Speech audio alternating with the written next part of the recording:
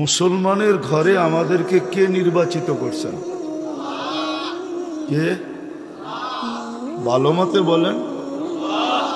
আল্লাহ বললে গুনাহ হবে না, 40 নেকি মিলবে। কত? 40 নেকি জানেন? ওই পাল্লা যদি থাকতো বা ওই মেশিন যদি থাকতো, তাহলে এক নেকিকে ওয়েট করে দেখানো যেত যে এক নেকির ওয়েট কত। এটা আবার আল্লাহ বলার শব্দের নেকি। আল্লাহ বলা, আল্লাহ চিনেন কে? কে? হ্যাঁ, সমগ্র সৃষ্টি কে সৃষ্টি করছেন? হ্যাঁ, এই জন্য উলামা একমত হবে, আপনারা নাও হতে পারেন। আল্লাহ শব্দটা যদি এক পাল্লা রেখা দেওয়া হয় না, আর সমগ্র সৃষ্টি যদি আরেক পাল্লায় রাখা হয়, তাইলে আল্লাহ শব্দটাকে উঠাবে তো দূরের কথা, এই পাল্লাটাকে নড়াইতেও পারবে না। সমগ্র সৃষ্টি শূন্য থেকে যাবে। আল্লাহ শব্দটা যে মাটিতে লাইগা আছে, পাল্লা এটা লাইগেই থাকবে। কেননা আল্লাহর থিকা সবকিছুর অস্তিত্ব কি? সন্তান যত বড়ই হয়, কিন্তু মার কাছে কি? কি? এই জন্যই তো একটা প্রবাদ বাক্য আছে, পীর চিনে না মায়। পীর মার কাছে পীরগিরি যে দেখায়, ওর চেয়ে বোকা কেউ নাই। আর মার কাছে যে পদ দেখায়, আমি অমুক পদে উঠে গেছি, ওর চেয়ে বোকা কেউ নাই। কেননা ও তো মার কোলেই পেশাব করছে, ঠিক না? না করে নাই? এই জন্য বাংলাদেশে প্রবাদ বাক্য আছে, পীর চিনে না মায়। পীরগিরি মার কাছে দেখানো ঠিক না। যদি মা বলেও তুই পীর হয়ে গেছিস, তো সন্তানের বলা উচিত, পীর আর কই হইলাম, আমি তো তোমার ছেলেই। আর পীর চিনে না মায়, পীর চিনে না ঘরের স্ত্রী, জননায়। জননা বোঝেন? ঘরের স্ত্রীর কাছে পীরগিরি দেখাইতে নাই। না, উনি তো সব অঙ্গই চিনে, ঠিক না? না কিছু লুকায়িত আছে? না, মনে হয় আছে, ঠিক না? আরেকটা হলো পীর চিনে না গায়, নিজের গ্রামে পীরগিরি দেখাইতে নাই। ওর চেয়ে বোকা কেউ নাই। তো সব কিছু সৃষ্টিকার থেকে। কার থেকে? আরে ভালো মতে বলেন। আল্লাহ বললে কয় নাকি? আল্লাহ বলেন না কেন? সারাদিন কাঠটা বুক করেন? হ্যাঁ, কাঠটা 24 ঘন্টা লালন পালন কে করে? সুরক্ষা কে করে? আচ্ছা বলেন তো, যুবকের যৌবনের তাফালিং এর উৎস কি? তাফালিং বুঝেন? এরা মনে হয় তাফালিং বুঝে না। বুঝো তাফালিং? বুঝো? হ্যাঁ হ্যাঁ, যুবকের তাফালিং এর উৎস কি? যৌবন, ঠিক না? যৌবন কে দিছে? যৌবন যদি না দিত, ও তো খালি ডাক্তারের কাছে দৌড়াইতে থাকতো। একবার কলিকাতা হারবাল, একবার মডার্ন হারবাল, একবার চায়না হারবাল, একবার আমেরিকান হারবাল। ও সারাদিন খালি হারবালে যেয়ে বয়ে থাকতো আর বলতো, ভাই যৌবন আছেনি, আছেনি, আছেনি। কি হারবালে যৌবন আছে? হ্যাঁ, যৌবন যদি আল্লাহ না দিত, আর আরেকটা কথা যদি ফাঁস কইরা দিত যে ওর ভিতরে যৌবন নাই, যেমন তৃতীয় লিঙ্গটা আল্লাহ ফাঁস কইরা দিছে যে এইখানে কি নাই, দুইটার একটাও নাই, দুইটার একটাও, নাহলে তৃতীয় হইল কেন? দুইটার একটাও। তখন ওকে দেখলে কি করে মানুষ? খালি হাততালি দেয়, ঠিক না? তোমাকে দেখলেও তো মানুষ হাততালি দিত। তোমাকে যৌবন কে দিছে? আমাদেরকে অস্তিত্ব কে দিছে? আমরা তো আল্লাহ বলতে চাই না। বলুক এখানে এক যুবক আমাকে বলুক যে আমি ডেলি মনের থেকে 10 বার আল্লাহ বলি।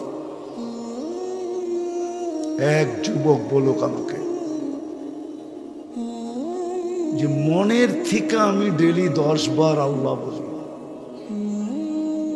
কোন মা বোনরা আমার কাছে লেখা পাঠাক যে ডেলি আমি মনের থেকে 100 বার আল্লাহ বলি। এইখানে যারা বয়স্ক বসে আছে এরা বলুক যে ডেলি আমি মনের থেকে 200 বার আল্লাহ বলি। সারাদিন চাবান কাটটা দিয়া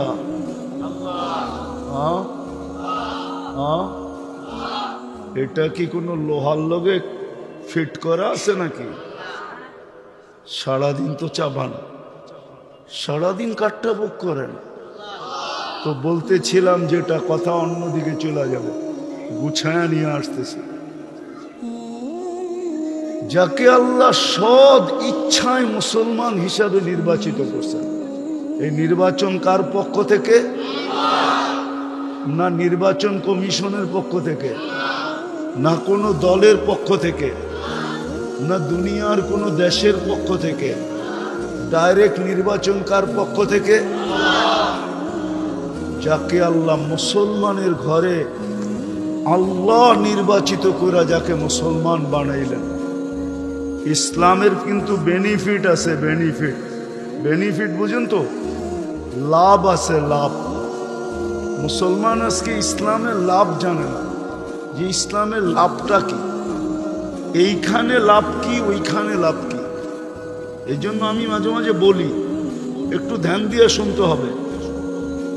যারা আজকে আমাদের সমাজে কাগজে মুসলমান, কাগজে মুসলমান বোঝেন?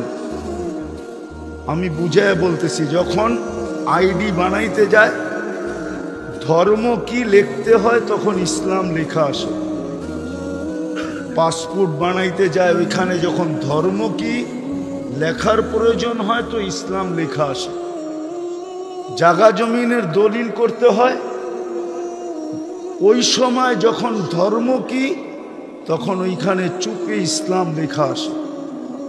অথচ ওর জীবনে কোথাও মাইক্রোস্কোপ দিয়ে ইসলাম দেখা যায় না, কিন্তু ও কিন্তু কাগজে কি, কাগজে কাগজে মুসলমান, ঠিক না? ইসলাম লেখছে মানেই তো মুসলমান, ঠিক না? আর এখন সব কিছু অনলাইন।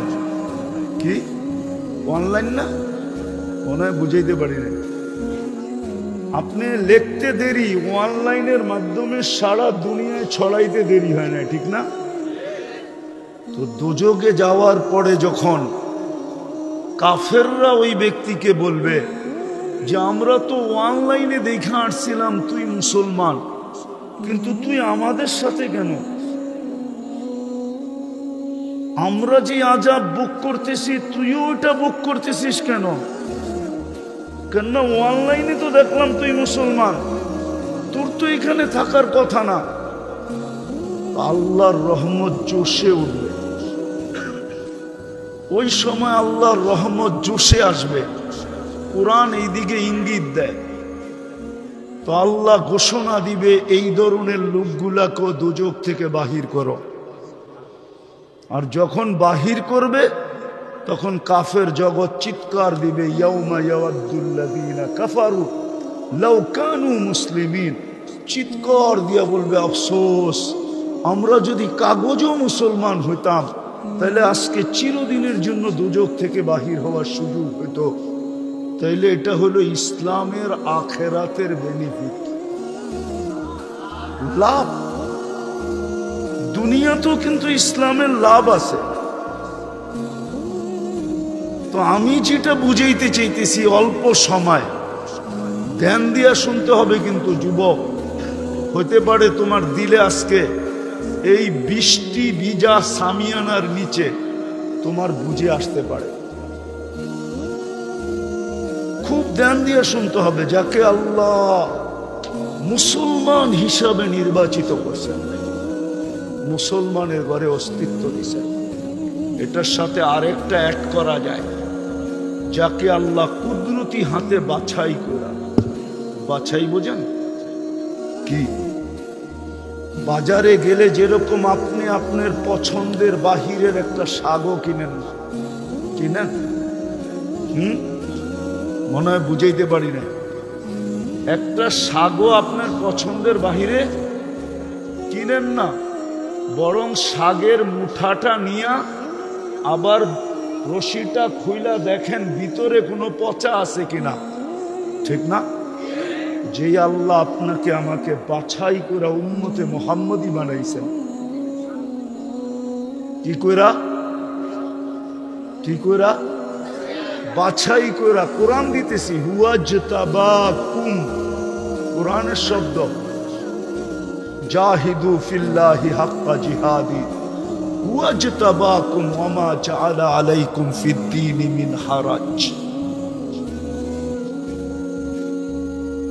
হারাজ। আল্লাহ বাছাই করে আমাদেরকে উম্মতে মুহাম্মদী হিসাবে নির্বাচিত করছেন। এদের একটা কথা মনে রাখতে হবে, দুটা কথা, একটা না দুটা কথা মনে রাখতে হবে। মুসলমান উন্নতি করতে করতে করতে করতে করতে সারা দুনিয়া ব্যাত করে যদি আকাশও ছুঁয়া ফেলে, ভালো মতে বুঝেন কিন্তু, হুজুররা রাগ হয়েন না, পায়ে হাত রাখি, কেননা আমরা মশারির নিচে হয়েছি তো। নতুন ইয়াং বেস হুজুর যারা, ওনারা আধুনিক যুগে হয়েছে, ঠিক না? কি আমার যুগে তো হাসপাতাল ছিল না, ঘরেই বাচ্চা হইতো, আর হয়তো মশারির নিচে, কি মশারি বেষ্টিত থাকতো আর ভিতরে হইতো, ঠিক না? বয়স্করা জানবে, ইয়াংরা জানবে না, ইয়াংরা তো হাসপাতালে। এই জন্য আমি বলি, আমার ছেলে আমার চেয়ে বেশি বোঝে। যদি কয় কারণ কি, কেননা আমার 4টা সন্তান, 4টা সিজার, লাউডে বইলা দিলাম তো, হয়েই তো হাসপাতাল দেখছে, ঠিক না? মেশিন দেখছে, ঠিক না? আর আমি হয়ে কি দেখছি? মশারি। বিদায় ওর টেকনোলজির যুগে হয়েছে, ও আমার চেয়ে বেশি বোঝে। এটা আমি স্বীকার করি, আমি বাসায়ও বলি, ছেলেদেরকেও বলি যে বাবা তবু কাছে মাপ চাই, আমি তো কম বুঝি, কেননা আমি তো হয়েছি পুরান যুগে। তো ইয়াং এই টেকনোলজির যুগে যারা আলেম হইতেছে, স্কলার হইতেছে, আমি এটা মানি, ওরা আমাদের চেয়ে 1000 গুণ বেশি বোঝে, জ্ঞান গরিমা সর্বদিক দিয়ে বেশি। কিন্তু আমরা তো পুরান যুগের, বিদায় হয়তো নতুন যুগের আলেমরা আমার কথাটা নাও মানতে পারে, কিন্তু ধ্যান দিয়ে শোনেন, দুটা কথা বললাম, যাকে আল্লাহ মুসলমান হিসাবে নির্বাচিত করছে, যাকে উম্মতে মুহাম্মদী হিসাবে বাছাই করছে, ওই মুসলমান আর উম্মতে মুহাম্মদী যদি উন্নতি করতে করতে করতে করতে করতে করতে আকাশও ছুঁয়া ফেলে, খোদার কসম, রব্বে কাবার কসম, আজকে প্রমাণ দিতেছি আমি। বর্তমানে মুসলমান সংখ্যায় কত কোটি? 200 কোটি। বর্তমান দুনিয়ার ধন সম্পদ সবচেয়ে বেশি কাদের কাছে? কাদের কাছে? না সবাই মানে না, মনে হয় কাদের কাছে? হ্যাঁ, আমেরিকার কাছে, কানাডা, অস্ট্রেলিয়া, ইংল্যান্ড, ইউরোপ, কার কাছে? জাপান, কার কাছে? দুনিয়ার 70% ধন সম্পদ মুসলমানের কাছে। রব্বে কাবার কসম খায়া বলতেছি আমি দুনিয়া ঘুরা বলতেছি। আমার উন্নত শুধু একটা দেশ বাকি আছে দুনিয়া, ওটা হলো নিউজিল্যান্ড। আমি নিউজিল্যান্ড যাই নাই, যাবো চিরি। আর দুনিয়ার কোনো উন্নত দেশ নাই, সব দেখা শেষ। এই মহল্লায়, এই এলাকায় প্রত্যেকের ঘরে পুরান কাপড়, ব্যবহৃত কাপড় যতগুলো আলমারিতে আছে, উন্নত দেশে কারো 100 ঘর মিলাইয়া এতগুলা ব্যবহৃত কাপড় কারো ঘরে পাওয়া যাবে না। এই এলাকায় সবার ঘরে যত ব্যবহৃত পুরান কাপড় আছে, পুরান কি নাই আপনার ঘরে? কয়টা আলমারি আছে? একটা দুটা তো আছেই, ঠিক না? হুজুর হইলো একটা দুটা তো আছেই, ঠিক না? হ্যাঁ, আমি তো মাঝে মাঝে ঘরে বলি যে আগুন লাগায় দেওয়া দরকার, এত কাপড়, এত আলমারি। অথচ পুরা, এখন হুজুররা মানবে না, ওদের ঘরে পুরান কাপড় নাই। যদি পুরান কাপড় ওদের ঘরে জমাকৃত থাকতো, তাহলে শীতের সময় আপনি পুরান কাপড় বাংলাদেশে কি করে পাইতেন? আপনি কি পুরান কাপড়ের মার্কেট চেনেন না? কোথায়? সবচেয়ে বড় মার্কেট সদরঘাট, ঠিক না? চিটাগাং, ওইখান থেকে সারা বাংলাদেশে সাপ্লাই হয়, ঠিক না? কি জ্যাকেট মনে হয় কিনেন না, শার্ট মনে হয় কিনে না, প্যান্ট মনে হয় কিনে না। তো ওদের এই পুরান কাপড় আমাদের দেশে গাঠি বেঁধে আসতো কি করে? যদি ওরাও আলমারিতে জমা রাখতো, আমারে যুক্তি দিয়ে বুঝান, লজিক, তাইলে বুঝা গেল ওদের বাড়ি এত পুরান কাপড়, ব্যবহৃত কাপড় নাই। ওরা দুই একটা কিনে ব্যবহার করে শেষ, আবার কিনে। প্রত্যেক রাস্তার মোড়ে মোড়ে পুরান কাপড় রাখার বড় বড় বক্স রাখা আছে, বক্স। চলেন আমার লোকে দেখায় দিন, চলেন। বড় বড় বক্স রাখা আছে, দেখা যাবে গাড়ি নিয়ে আসছে, দাঁড়াইছে, খুলছে, ওটার ভিতরে ফিকা মেয়েরা চলে গেছে। তাহলে দুনিয়ায় সবচেয়ে বেশি কাপড় মুসলমান, সব দিক দিয়া, সম্পদের দিক দিয়ে 70%। বলেন তো দুনিয়ার সবচেয়ে বড় টাকা কোন দেশে? বলেন কোন দেশ? হ্যাঁ, সবচেয়ে বড় টাকা হইল কুয়েতে। 4 দেশের টাকা দুনিয়ার সবচেয়ে বড় টাকা: কুয়েত, বাহরাইন, ওমান, ব্রুনাই। কুয়েতের 1 টাকা দিলে আমেরিকান $5 পাওয়া যায়, 100 দিলে 500 পাওয়া যায়, 1000 দিলে 5000 পাওয়া যায়, 1 লাখ দিলে 5 লাখ পাওয়া যায়। কয় লাখ? 1 লাখ দিলে কয় লাখ? 5 লাখ পাওয়া যায়। 1 কোটি দিলে 5 কোটি $US পাওয়া যায়। তো দুনিয়ার সবচেয়ে বড় টাকা কার কাছে? কিন্তু আজকে দুনিয়াতে সবচেয়ে বেশি নির্যাতিত কে? কে খায় বেশি? মুসলমান। এই জন্য তো মিডিয়ায় কথা চলে যাবে, তারপরও বলতেছি, আজকে যদি 200 কোটি মুসলমান বলে যে আমাদের যার যার দেশে যেই জিনিস তৈরি হয় এটা ব্যতীত আমরা দুনিয়ার কোনো দেশের জিনিস ব্যবহার করব না, আজকে যদি ডিক্লার দেয় 200 কোটি মুসলমান এবং প্রত্যেক মুসলমান দেশের শাসক, কালকে দেখেন সারা দুনিয়া আপনার পায়ে পড়ে কিরকম। আমি তো ওনার পরিচয় জানি না, উনিকে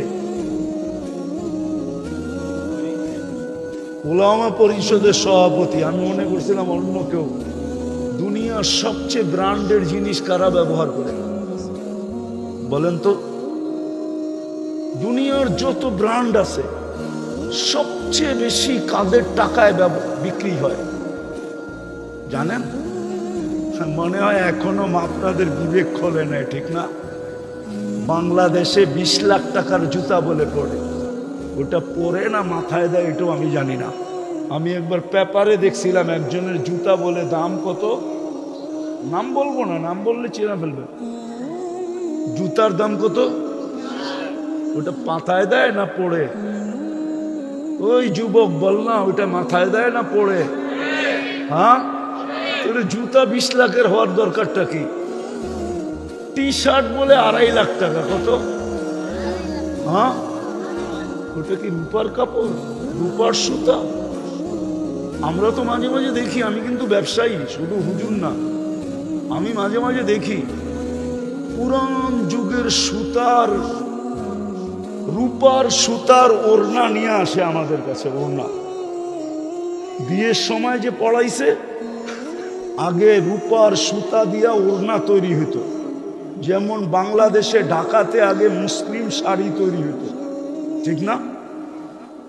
এখনো নিয়ে আসে পুরান, ওটারে গালাইলে পুরাটা রূপা হয়ে যায়। রূপা, সোনা দিয়েও সুতা বানানো যায়। দিদিয়া আছে তো, যেই টি শার্টটা 2.5 লক্ষ টাকা দাম, ওটা কি সোনার সুতা না রূপার সুতা? ওটা তো এরকমই সুতা, ঠিক না? হ্যাঁ, ওটা পড়ে কে? মুসলমান পড়ে। যুবক, তোমাদেরকে আমি বুঝাইতে পারবো না, আমি অনেক তথ্য জানি যেটা লাউড স্পিকারে বলা যায় না। তো সবচেয়ে বেশি ব্র্যান্ড মুসলমান ব্যবহার করে। কেএফসি দুনিয়াতে সবচেয়ে বেশি মুসলমান খায়, ম্যাকডোনাল্ড দুনিয়াতে সবচেয়ে বেশি মুসলমান খায়। ব্র্যান্ডের জিনিস সবচেয়ে বেশি মুসলমান খায়। পান করার জিনিস সবচেয়ে বেশি মুসলমান পান করে। যত পানীয় আছে না, পানীয়, হ্যাঁ, সবচেয়ে বেশি পান করে কারা? আমি ঘুরে বলতেছি, ওরা খায় না এগুলা। সারা দিনে একটা চুমুক দিলে দিল, সপ্তাহে একটা খাইলে খাইতে পারে, ওরা খায় না। আমি তো এই 22 তারিখে আসলাম কোরিয়ার থেকে, আমি তো পুরা 18 জুলাই থেকে নিয়ে 5 আগস্ট পর্যন্ত ইংল্যান্ডে ছিলাম। 5 আগস্ট থেকে নিয়ে 13 আগস্ট পর্যন্ত তো আমি কানাডায় ছিলাম। আবার 13 থেকে 14, 15 সকাল পর্যন্ত তো আমি ইংল্যান্ডে ছিলাম। 14 তারিখে তো আমি মিশর ছিলাম। 16, 17 তারিখে তো সৌদি আরব ছিলাম। আমি তো ঘুরতে ঘুরতে ঘুরি, শুধু আমার চরকার মতো ঘুরাই কাজ। এই জন্য আপনাদেরকে বুঝাইতে চাইতেছি, সব কিছু থাকা সত্ত্বেও আজকে নির্যাতিত কে? হ্যাঁ, সংখ্যায় কয়শো কোটি। নির্যাতিত কেন? সবচেয়ে বেশি সম্পদ তো মুসলমানদের কাছে, সংখ্যাও তো কম না। হুজুররা বলুক, নিউ হুজুর আর পুরান হুজুর মিলে আমারে বলুক, আজকের সমান মুসলমান নির্যাতিত 100 বছর আগে কখনো ছিল? 200 বছর আগে, 300 বছর আগে, 400 বছর আগে, 500 বছর আগে, 600 বছর আগে, 1000 বছর আগে? কোনোদিন তো ছিল না, ঠিক না? আজকে এত নির্যাতিত কেন? আমি প্রমাণ দিতেছি। আজকে রাত্রটা কোন রাত্র? জুমার। হ্যাঁ, বলুক এখানে আমার ডাইন বাম আগে পিছে মিলায়া, যে জুমার দিন হুকুম হলো, আল্লাহর রসুল বলছেন আমার উপরে দুরূদ সবচেয়ে বেশি বেশি পড়ো। কি হাদিস তো না? ভুল বলতেছি? হাদিস। হ্যাঁ, কিন্তু একজন বলুক আমি জুমার দিনে 1000 বার দুরূদ পড়ি। আদর্শ বাদেই দিলাম, চুল তো যুবক নবীর আদর্শে কাটেই না, ও নেট দেখেই চুল কাটে। সব মাথার যুবকদের মাথার ডিজাইন সব নেটের থেকে নেওয়া, স্ক্রিনশট নেওয়া। আমি জানি 50 টাকা 100 টাকার চুল 300, 400, 500, চাঁদ রাত্রে, ঈদের রাত্রে 1000 টাকা দিয়া কাটে, তারপরও 4 ঘন্টা সিরিয়ালে বসে থাকে। সত্য তো? আচ্ছা, আদর্শ বাদেই দিলাম, বলুক 1000 বার দুরূদ পড়ে কেউ? বলেন। রাগ হয় না? পায়ে হাত রাখি, বিশেষ করে হুজুরদের পায়ে হাত রাখি। আমরা দোয়া করতেছি দুনিয়ার থেকে উঠায় নিলে আল্লাহ ভালো হয়। হ্যাঁ, একটু আগে বলেছি ইয়া লাইতানি মিতু ক্বাবলা হাযা ওয়া কুনতু নাসিয়াম মানসিয়া। এই পরিবেশ আসবে জানতাম যদি এর আগে যদি মৃত্যু হতো ভালো হতো। বলেন আপনার বিবেককে প্রশ্ন করেন, যেই রসুলের উম্মত হওয়ার কারণে আপনি আল্লাহর কুদরতি হাতে বাছাই হইলেন, শ্রেষ্ঠত্বের মুকুট পাইলেন, কুনতুম খায়রা উম্মাহ, আল্লাহর পক্ষে আপনি নির্বাচিত হলেন, আল্লাহর পক্ষে আপনি নির্বাচিত। আমি বুঝাইতে পারতেছি না, আল্লাহ আপনাকে আমাকে নিজের জন্য নির্বাচিত করছে, নিজের জন্য না। এই উম্মতকে নিজের জন্য নির্বাচিত করেন না, আল্লাহ নিজের জন্য নির্বাচিত করছেন। কুরআন বলে শুহাদা আলান নাস, কিয়ামতের দিন আমি বিচার কার্য চালাবো, কিন্তু আমার পক্ষে সাক্ষী কে দিবে? আমি যে ১৬ লক্ষ উম্মতের হিসাব করব, সমগ্র সৃষ্টির হিসাব করব, আমার পক্ষে সাক্ষী কে দিবে? তো আল্লাহ বলে উম্মতে মুহাম্মদী তোমাদেরকে আমি সাক্ষী হিসাবে নির্বাচিত করলাম। বুখারীর নূহ আলাইহিস সালামের কিসসা এটাই প্রমাণ করে। নূহ আলাইহিস সালামকে যখন জাতিকে জিজ্ঞাসা করবে, নূহ আসছিল ৯৫০ বছর তোমাদের ভিতরে মেহনত করছে, তোমরা আমার নবীকে মানো নাই, তো মানো নাই কেন? তো পুরা জাতি বলবে নূহ নামের আমাদের কাছে কেউ আসে নাই, আপনার ফেরেশতারা বুকাস মিথ্যা কথা লেখছে, আমরা নূহ চিনি না। আল্লাহ নূহ আলাইহিস সালামকে ডাইকা বলবে, নূহ তোমার জাতি বলে তোমাকে চিনে না, প্রমাণ? তো নূহ আলাইহিস সালাম আমাদের কাছে আসবে, আয়েশা বলবে উম্মতে মুহাম্মদী আমার প্রমাণ, সাক্ষী উম্মতে মুহাম্মদী, আমরা সাক্ষী দিব ওই দিন। এরকম প্রত্যেক উম্মত আল্লাহ আমাদেরকে নির্বাচিত করছেন আমাদের জন্য না, নিজের জন্য নির্বাচিত করছেন, নিজের জন্য। যেই রসুলে আমি ১০০ না ১০০০ গণাইতে পারবো, কিন্তু আমার কাছে সময় নাই, আমাকে সময় দিতে হবে। আমি ১০০০ গণাইতে পারবো যে আপনি উম্মতে মুহাম্মদী হওয়ার কারণে কি বেনিফিট পাইলেন। তাইলে যুবক, যৌবন আল্লাহ, জীবন আল্লাহ দিছে, সুরক্ষিত ২৪ ঘন্টা আল্লাহ করে, আর আল্লাহ ডাকবে আর আপনি বুড়া আঙ্গুল দেখাবেন, দোকানে বসে থাকবেন, অফিসওয়ালা অফিস নিয়ে ব্যস্ত, আদালতওয়ালা আদালত নিয়ে ব্যস্ত, খেতওয়ালা খেত নিয়ে ব্যস্ত, খামারওয়ালা খামার নিয়ে ব্যস্ত, মেইলওয়ালা মেল নিয়ে ব্যস্ত, ফ্যাক্টরিওয়ালা ফ্যাক্টরি নিয়ে ব্যস্ত, দোকানওয়ালা দোকান নিয়ে ব্যস্ত, হাটওয়ালা হাট নিয়ে ব্যস্ত, বাজারওয়ালা বাজার নিয়ে ব্যস্ত, রোডওয়ালা রোড নিয়ে ব্যস্ত, ঘাটওয়ালা ঘাট নিয়ে ব্যস্ত, আর যুবক সারা দিন তাফালিং নিয়ে ব্যস্ত। আর আল্লাহ ডাকবে, আপনি আসবেন না?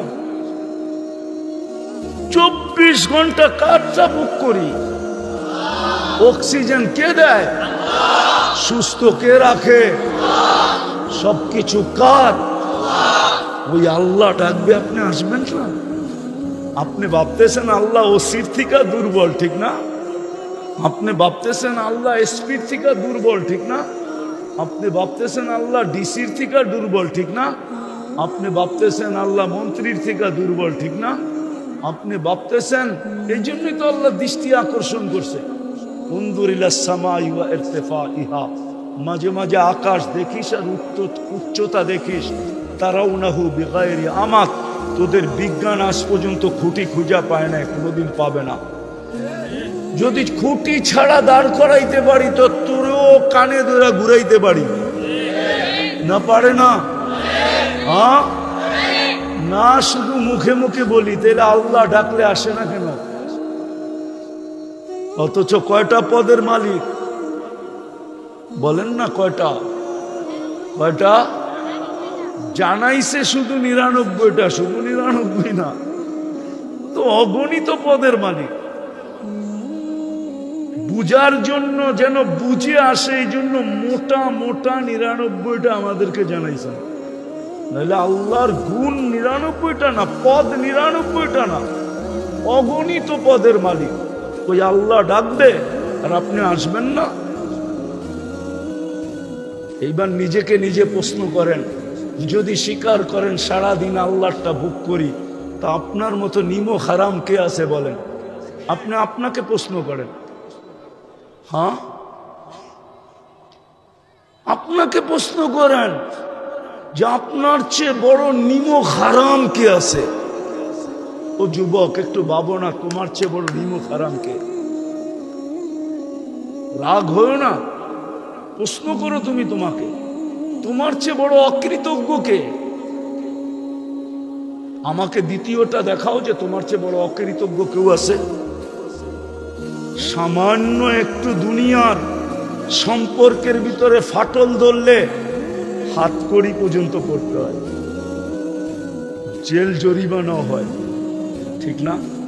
না হয় না? হ্যাঁ, সম্পর্কের ফাটলের কারণেই তো 24 ঘন্টা আল্লাহটা ভোগ করি, কিন্তু আল্লাহ ডাকলে তারপরেও আসে না। মুহাম্মদুর রাসূলুল্লাহর কারণে সবকিছু পাইলাম, সব মিলল, আদর্শ তো বাদই দিলাম, পুরা সপ্তাহ বাদ দিলাম। আল্লাহর রাসূল তো নির্দিষ্ট করে বলছে শুক্রবারে আমার উপরে দুরূদ বেশি বেশি পড়ো। আমাকে একজন বলুক যে আমি 1000 বার প্রতি শুক্রবারে পড়ব, একজন হাত উঠায় বলো 1000 দুরূদ পড়ে না। সবাই ভাবতেছে যে আমারে দেখেই আল্লাহ কইলা যাইব, এটা উম্মত উম্মত উম্মত। কয়েকজন টুপি দাড়ি জুব্বা পাগড়িওয়ালা হুজুর দেখা আপনারা ভাবতেছেন যে হুজুর করে দেখা আল্লাহ কইলা যাবে। 200 কোটির ভিতরে কয় % হুজুর? হুজুরও ভাবে আমাগরে দেখা আল্লাহ কইলা যাবে, তাবলিগারওয়ালা ভাবে আমাগো গাট্টি দেখা আল্লাহ কইলা যাবে, জিকির আলারও ভাবে আমগো জিকিরের ভাব দেখা আল্লাহ কইলা যাবে। রাগ হয় না, পায়ের হাত রাখি, এটা উম্মত। এটা কি? এটা কি? এটা কি? কোন উম্মত? উম্মতে মুহাম্মাদি, মুহাম্মদুর রাসূলুল্লাহর উম্মত, যার কারণে জগৎ চেহারা দেখছে, নাইলে জগৎ চেহারা দেখার ছিল না। জগৎ তো চেহারা দেখছে বন্ধুর কারণে। ওমা আরসালনাকা ইল্লা রাহমাতাল লিল আলামিন। ভালো মতো এটার তাফসীর কিতাবে পড়া দেখেন, খালি 1-2 জায়গার তরজমা দেখলে বুঝে আসবে না, অনেক পড়তে হবে। সারা রাত্র খালি ফেসবুকে লেখলে হবে না, কিতাব পড়তে হবে অনেক, তারপরে বুঝে আসবে ওমা আরসালনাকা ইল্লা রাহমাতাল লিল আলামিন। যার কারণে সমস্ত জগৎ চেহারা দেখছে, নিজের অস্তিত্ব দেখছে, আমরাও তার কারণে অস্তিত্ব দেখছি। 1000 দুরূদ পড়ে না, যে আল্লাহ 24 ঘন্টা সুরক্ষিত করে 100 বার ডেলি আল্লাহ বলায় অভ্যস্ত না। বলেন এখানে যে আমি ডেলি 100 বার আল্লাহ বলায় অভ্যস্ত, অভ্যাস আমার এটা। 100 বার না বললে আমার ভাত হজম হয় না, এরকম তো কেউ নাই। এইখানে যখন নাই তো আমার সমাজে তো আরো নাই। যুবক যখন 10 বার বলে না তো যুবতীও বলে না, পুরুষ যখন 100 বার বলে না তো মা বোনও বলে না। তাহলে বলেন আপনি সুখে থাকতে চান তো কি করে থাকতে চান? গায়ের জোরে? কি গায়ের জোর দিয়া? গায়ের জোর তো দেখতেই আছেন, দুনিয়া তো আজকে 200 বছর ধরে দেখতেছে, 800 বছরের কাছাকাছি দেখতেছে। নির্যাতিত নির্যাতিত নির্যাতিত নির্যাতিত নির্যাতিত নির্যাতিত, ঠিক না? হ্যাঁ, তাহলে আমার কথা শেষ, ফিনিশিং এ চলে আসছি। আমি কথা উঠাইছিলাম এটা, যাকে আল্লাহ সদিচ্ছায় মুসলমানের ঘরে অস্তিত্ব দিছে, ভালো মতে মনে গাইথা নাও, আর উম্মতে মুহাম্মদী হিসাবে নির্বাচিত করছে। সংখ্যা দিয়া কোনোদিন জিতব না। উন্নতি করতে করতে যদি আকাশও ছুঁয়া ফেলি তারপরেও আমরা নির্যাতিত হওয়ার থেকে বাহির হতে পারবো না যতক্ষণ পর্যন্ত উম্মত আল্লাহ রসুলের আদর্শে, আল্লাহর হুকুম, নবীর আদর্শের উপরে যতক্ষণ পর্যন্ত উম্মত না আসবে, নবীর আদর্শ যতক্ষণ পর্যন্ত না মানবে। আল্লাহটা বাদ দিলাম, আল্লাহটা আল্লাহ বাদ দিয়া দিছেন, কেননা আল্লাহটা প্রশ্ন উঠছে যে আপনাকে তো চোখে দেখা যায় না, লা তারাকাল উয়ুন। যদিও আল্লাহ বলছিল আতিউল্লাহ, কিন্তু এখানে প্রশ্ন আসে আপনাকে তো চোখে দেখা যায় না, আপনার কথা তো কানে শোনা যায় না, আপনাকে তো ধ্যান ধারণায় আনা যায় না, আপনাকে তো বর্ণনা দিয়া শেষ করা যায় না। কোত্থেকে আপনাকে বর্ণনা দিব? আপনাকে তো বর্ণনা দিয়ে শেষ করা যায় না। আপনার কোনো পদেরই তো শুরু নাই, শেষ নাই, একটাও যদি নেই, এটা শুরু কোথায় দুনিয়া জানে না, এটা শেষ কোথায়